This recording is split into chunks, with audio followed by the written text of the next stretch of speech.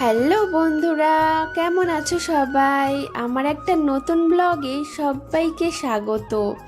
তো আজকে আমি শেয়ার করব তোমাদের সাথে রবিবারে আমি কিভাবে দিনটা কাটাই। তো রবিবারে আমি খুব তাড়াতাড়ি একটু উঠি, কারণ সানডেতে যেহেতু বাবা বাড়িতে থাকে তাই অনেক কাজ পড়ে থাকে, অনেক কাজ থাকে। তাই আমি উঠে যাই 8টার দিকে উঠে যাই। জানি অনেকের কাছে মনে হবে 8টা মানে অনেক দেরি, কিন্তু আমার কাছে সত্যি বলতে কাজ টাজ করতে আমার ঘুমোতে অনেকটাই রাত হয়ে যায়, তাই সকালে ঘুম থেকে উঠতে অনেকটাই দেরি হয়ে যায়। আর রবিবারে আমি চেষ্টা করি যাতে একটু তাড়াতাড়ি ওঠার, তাই আগের দিনকে আমি তাড়াতাড়ি ঘুমিয়ে পড়ি যাতে রবিবার আমি তাড়াতাড়ি উঠতে পারি।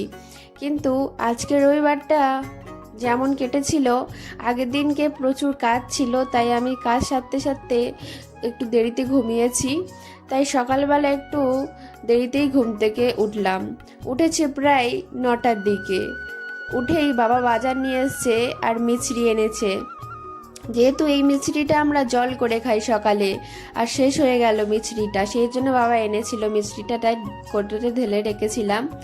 আর এদিকে আমি সার্প জল দিয়ে আমার গামছাটা ভিজিয়ে দেব, কারণ আমি গামছাটা 1-2 দিন ছাড়াছাড়ি গামছাটা ভিজিয়ে দিই সার্প দিয়ে কাচি, কারণ খুবই ময়লা হয়েছিল। এই গামছাটা আমি ইউজ করি শুধু আমার মুখে ফেসে মোছার জন্য আর মাথার জন্য, আর কিচ্ছুর জন্য না।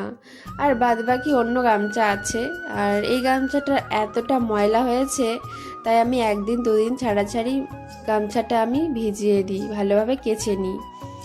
তো দেখো এভাবে আমি ভালোভাবে কেচে নিচ্ছি।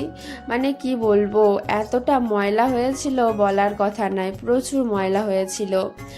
আর সত্যি বলতে আমি আমার গামছাটা কেচে নিই, মাকে কাচতে দিই না।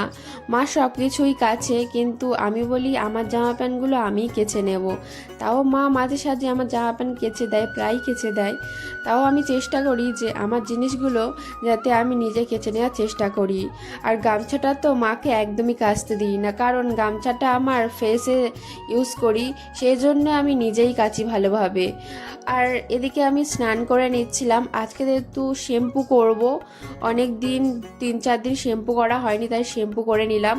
আর এদিকে বাবা বাজার নিয়ে চলে এসেছে, কতগুলো বাজার এনেছে দেখো। সানডে হলেই আমার মনটা পুরো ফ্রেশ হয়ে যায়, কত বাজার। আর আর সানডে মানেই তো পরোটা, তোমরা তো জানোই, আর আমার পরোটা খেতে খুব ভালো লাগে। আর সানডেতে বাবা সবসময় পরোটা আনবেই, মাস্ট, এটা ধরা বাঁধা। আর আজকে যেহেতু সানডে তাই চিকেন তো হবেই, তাই মা রান্না করতে বসে গেছে।